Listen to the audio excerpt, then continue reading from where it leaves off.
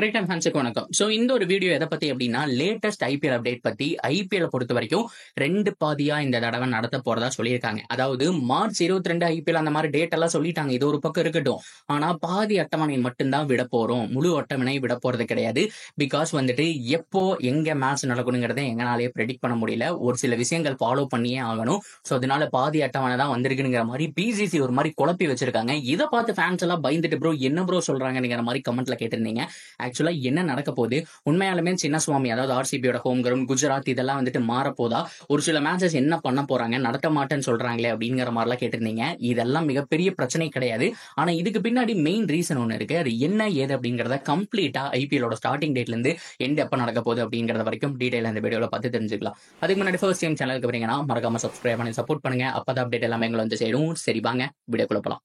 First of all இந்த IPL பத்தி பேசுறதுக்கு முன்னாடி இன்னொரு மிகப்பெரிய பிக் ஈவெண்ட்டை பத்தி பேசியாகணும். இந்த ஏப்ரல் அது மட்டும் இல்லாம மே ஆல்மோஸ்ட் ஜூனுடைய அந்த ஃபர்ஸ்ட் வீக் வரைக்கும் பார்த்தோம் அப்படின்னா ஐபிஎல் ஃபீவர் மட்டும் தான் இருக்கும் நம்ம நினைச்சிட்டு இருக்கோம். அது கிடையாது. ஸோ அதை தாண்டி மிக முக்கியமான இந்தியாவுடைய ஈவெண்ட்டான அந்த தேர்தல் அப்படிங்கறத வந்துட்டு நடத்த போறாங்க. ஸோ இந்த தேர்தல் நடத்துறதுக்கும் ஐபிஎலுக்கு என்ன சம்பந்தம்? ஸோ ஸ்போர்ட்ஸை பத்தி பேசுறோம், அரசியல் பத்தி பேசணுமா ப்ரோ அப்படிங்கிற மாதிரி கேட்கலாம். இதை பத்தி பேசினாதாங்க புரியும் எதனால நடத்துறாங்க அப்படின்னு சொல்லிட்டு. ஆக்சுவலா இப்போ மக்களுடைய கவனம் எல்லாமே டிஸ்ட்ராக்ட் ஆகி போகக்கூடாது. ஸோ இந்த ஏப்ரல் மே மாசத்துல அதிகமா கிட்டத்தட்ட ஆல்மோஸ்ட் வந்துட்டு 60% ஸ்போர்ட்ஸ் ஃபேன்ஸ் எல்லாருமே பார்க்கக்கூடிய விஷயம் அப்படிங்கிறது இந்த ஐபிஎல் தான். ஸோ பார்க்கறது மட்டும் கிடையாது.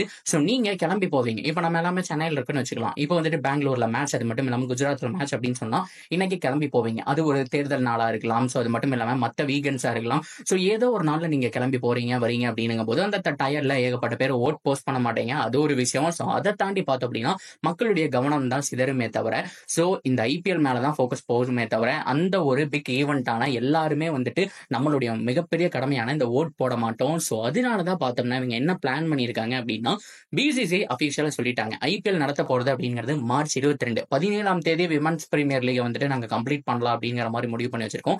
ஸோ ஃபைனல் முடிஞ்ச ஒரு 5 நாள்ல மார்ச் 22 அப்படிங்கிற மாதிரி சொல்லிட்டாங்க.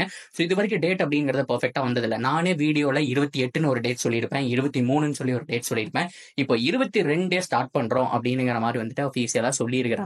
22ஆம் தேதி ஸ்டார்ட் பண்ண போறோம். நெக்ஸ்ட் வீக்ல இருந்து நீங்க அட்டவணை அப்படிங்கறது எதிர்பார்க்கலாம். ஆனா அந்த இடத்துல ஒரு ட்விஸ்ட் இருக்கு அப்படிங்கிற மாதிரி பிசிசிஐ வச்சு முடிச்சிருக்காங்க. என்ன ட்விஸ்ட் அப்படின்னு கேட்டீங்கன்னா, அவங்க முழு அட்டவணையா வந்துட்டு விட போறது கிடையாது. எல்லா டீமுக்கும் 7 மேட்ச் மட்டும் வர மாதிரி பாதி அட்டவணை மட்டும் ரிலீஸ் பண்ணிருக்காங்க. அந்த பாதி அட்டவணையில ஒவ்வொரு டீமுக்கும் முதல் 7 மேட்ச் மட்டும் இருக்கும். ஸோ கம்ப்ளீட் அந்த 14 மேட்ச் அப்படிங்கிறது இருக்காரு. முதல் 7 மேட்ச் இருக்கும். ஸோ இது வந்துட்டு குரூப் ஸ்டேஜா தான் நடக்க போகுது. குரூப் இதெல்லாம் சேர்ந்து கன்ஃபியூஸ் பண்ணிக்காதீங்க. ஆக மொத்தத்துல வந்துட்டு ஒரு சிஎஸ்கே ஒரு 7 மேட்ச் ஆடி இருப்பாங்க, மும்பை இந்தியன்ஸ் 7 மேட்ச் ஆடி இருப்பாங்க. எவ்ரி ஐபிஎல் டீமும் பார்த்தோம் அப்படின்னா அந்த 7 மேட்ச் அப்படிங்கறத கம்ப்ளீட் பண்ணிருப்பாங்க. ஸோ அதுக்கப்புறம் கிட்டத்தட்ட 1 வீக்ல இருந்து 2 வீக் வரைக்கும் ரெஸ்ட். இந்த ஐபிஎல் முடிஞ்சு தேர்தல் முடிஞ்சு ஸோ கொஞ்சம் அதெல்லாம் வந்துட்டு கிளியர் பண்ணி அந்த பெட்டிகள்லாம் இருக்கும் தெரியுமா, அதெல்லாம் கொண்டு போய் சேஃபா சேர்க்கணும். ஏகப்பட்ட வேலைப்பாடுகள் இருக்கிறதுனால 1 வீக் இல்ல 2 வீக் வந்துட்டு மேக்ஸிமம் கேப் எடுத்துக்கிட்டு ஸோ அதுக்கப்புறம் 2வது அட்டவணை ரிலீஸ் பண்ண போறாங்க. ஸோ இதைத்தான் இந்த வருஷம் பண்ண போறேன்னு சொல்லியிருக்காங்க. இதுக்கு முன்னாடி நடந்திருக்குங்க. லாஸ்ட் டைம் வந்துட்டு நம்ம வந்துட்டு இந்த மாதிரி தேர்தல் ஃபேஸ் பண்ணும்போது இதே மாதிரி தான் பண்ணாங்க. அதே மாதிரி 2021 சிஎஸ்கே வந்துட்டு டிராஃபி அடிச்சாங்க தெரியுமா. அது எந்த மந்த்னு நிறைய பேருக்கு ஞாபகம் இருக்காது. ஆக்சுவலா அது அக்டோபர் மந்த்ல தான் அவங்க டிராஃபி அடிச்சாங்க. அதுக்கான ரீசன் என்ன அப்படின்னு கேட்டீங்கன்னா, மேல நடந்துட்டு இருந்த ஐபிஎல் கோவிட் மறுபடியும் வரதுனால வந்துட்டு அப்படியே ஸ்டாப் பண்ணி வச்சுட்டாங்க. வருண் சக்கரவர்த்தி நம்ம தமிழ்நாட்டு பையனுக்கு தான் ஃபர்ஸ்ட் வந்துச்சு. ஸோ அதுக்கப்புறம் தான் வந்துட்டு ஸ்டாப் பண்ணி வச்சுட்டு மறுபடியும் 7 மேட்சஸ் அப்படிங்கறத வந்துட்டு மாத்தி நடத்தினாங்க. சிஎஸ்கே வந்துட்டு கப் அடிச்சாங்க அப்படிங்கிற விஷயம் நமக்கு தெரியும். அது அக்டோபர்ல நடந்தது. ஸோ அதே மாதிரி முதல் 7 மேட்ச் முடிஞ்சதுக்கு அப்புறம் ஸோ மறுபடியும் அடுத்த 7 மேட்சுடைய அட்டவணை வரப்போகுது. சரி ஓகே ப்ரோ, அப்படியே நடத்திட்டு ஒன்றும் பிரச்சனை இல்லை. ஆனா இந்த நடுவில் இந்த ஆர்சிபி குஜராத் டைட்டன்ஸ் இவங்களுக்கெல்லாம் ஹோம் கிரவுண்ட் மாறுன்னு சொல்லியிருந்தீங்க. உண்மையான்னு கேட்டா எஸ், கண்டிப்பா மாறுறதுக்கான சான்ஸ் அப்படிங்கிறது 99% இருக்கு. அதுக்கான காரணம் என்னன்னு கேட்டீங்கன்னா, தேர்தல் மையம் ஒவ்வொரு ஏரியாவில் இருக்கக்கூடிய இந்த ஸ்கூல் இந்த மாதிரி இடத்துல வைப்பாங்க. ஆனா இது எல்லாமே சேர்ந்து எல்லா பெட்டிகளும் இந்த கிட்டத்தட்ட ஒரு மாநிலத்துல ஒரு பிளேஸ்ல மட்டுமே கலெக்ட் பண்ணி கொண்டு போற மாதிரி பார்ப்பாங்க. அது வந்துட்டு சிட்டி சென்டரா இருக்கலாம். தமிழ்நாட்டை பொறுத்த வரைக்கும் மேக்ஸிமம் சென்னை போயிடும். ஸோ அதே மாதிரி கர்நாடகா பொறுத்த வரைக்கும் பெங்களூர்னு முடிவு பண்ணிருப்பாங்க. ஸோ அப்போதைக்கு ஸோ தேர்தலுக்கு முன்னாடி இருக்கக்கூடிய ஒரு சில நாள் வந்துட்டு அவங்களுக்கு பாதுகாப்பு அப்படிங்கிற தேவை. எல்லா போலீஸும் அங்க போட முடியாது. பெங்களூர் போலீஸ் எல்லாத்தையுமே பார்த்தோம் அப்படின்னா கிரவுண்ட்ல நிக்க வைக்க முடியாது. ஸோ அதனால ஒரு சில மேட்சஸ் வந்துட்டு அவங்க பூனேலயோ இல்ல ராஜ்கோட்லயோ மாத்தி விளையாடுறதுக்கான சான்ஸ் அதிகம். ஸோ கண்டிப்பா இவங்க மட்டும் கிடையாது, பெங்களூர் மட்டும் கிடையாது, குஜராத் டைட்டன்ஸ் ஓவரா அவங்களுடைய எவ்ரி மேட்ச் ஹோம் கிரவுண்ட்ல விளையாடுவாங்களா அப்படிங்கறது டவுட். ஸோ அது மட்டும் இல்லாம இன்னும் ஒரு சில டீம் சொல்லியிருக்காங்க, அது சுவரா தெரியல. டெல்லி இருக்கலாம், அது மட்டும் இல்லாம கேகேஆராவும் இருக்கலாம், ஈடன் கார்டனா அவங்க மிஸ் பண்றதுக்கான சான்ஸ் இருக்கு. மும்பை இந்தியன்ஸாவும் இருக்கலாம். சென்னை சூப்பர் கிங்ஸ்க்கு கொஞ்சம் பாதிப்பு கம்மிங்க. ஏன்னா அவங்க வந்துட்டு சேப்பாக்கு வரைக்கும் போறது கிடையாது. இவங்க முன்னாடியே வந்துட்டு கலெக்ட் பண்ணி போயிடுறதா சொல்லியிருக்காங்க. சொல்லியிருக்காங்க. ஸோ அப்படி பார்க்கும்போது சென்னை வந்து அவங்களுடைய 7 மேட்ச் வந்துட்டு ஹோம் கிரவுண்டில் பர்ஃபெக்டாக விளையாடுறதுக்கான சான்ஸ் இருக்கு. ஆனால் மற்ற டீம் இந்த மாதிரி ஆர்சிபி, ஸோ அது மட்டும் இல்லாமல் குஜராத் டைட்டன்ஸ், இவங்க 2 பேரும் சுவாரா மிஸ் பண்ணுவாங்க அப்படிங்கிற மாதிரி சொல்லியிருக்காங்க. அந்த போட்டிகளை இப்போ ஒரு நியூ கிரவுண்ட் சொல்லியிருந்தாங்க இல்லையா, அந்த ஹிமாலயாஸ் மட்டும் இருக்கிற மாதிரி அந்த ராஜ்கோட் ஸ்டேடியம் ஒன்று இருக்கு. ஸோ அது மட்டும் இல்லாமல் இன்னும் 2-3 ஸ்டேடியம் பார்த்து வச்சிருக்காங்க. பூனே வாரியர்ஸ் இந்தியாவுடைய ஹோம் கிரவுண்ட் இருந்துச்சு இல்லையா, ஸோ அவங்க அது மட்டும் இல்லாமல் ரைசிங் புனே சூப்பர் ஜெயின்ஸ் அந்த பூனே கிரவுண்டில் பார்த்தோம் அப்படின்னா அங்கே ஒரு சில மேட்சஸ் நடத்துறதுக்கான சான்ஸ் இருக்கு. ஸோ இந்த மாதிரி ஏகப்பட்ட மாற்றங்கள் அப்படிங்கிறது இந்த ஐபிஎல் இருக்க போது.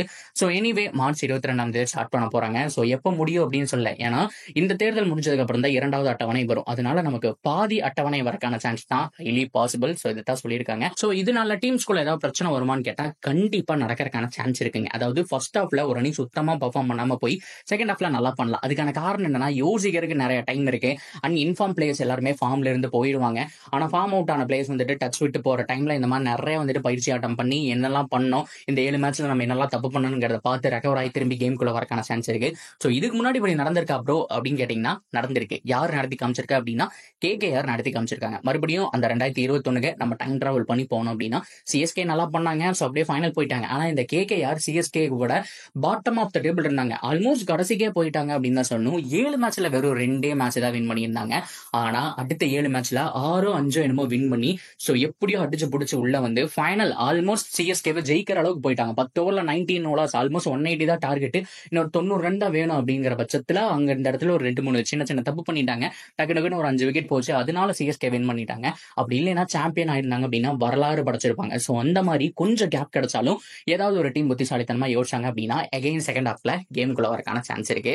ஸோ இதுதான் கைஸ், நீங்க ஓவராலா என்ன நினைக்கிறீங்க அப்படிங்கிறத கமெண்ட்ல சொல்லுங்க. தொடர்ந்து அப்டேட்டுக்கு சேனலோட இணைஞ்சிருங்க. மறக்காம சப்ஸ்கிரைப் பண்ணி சப்போர்ட் பண்ணுங்க.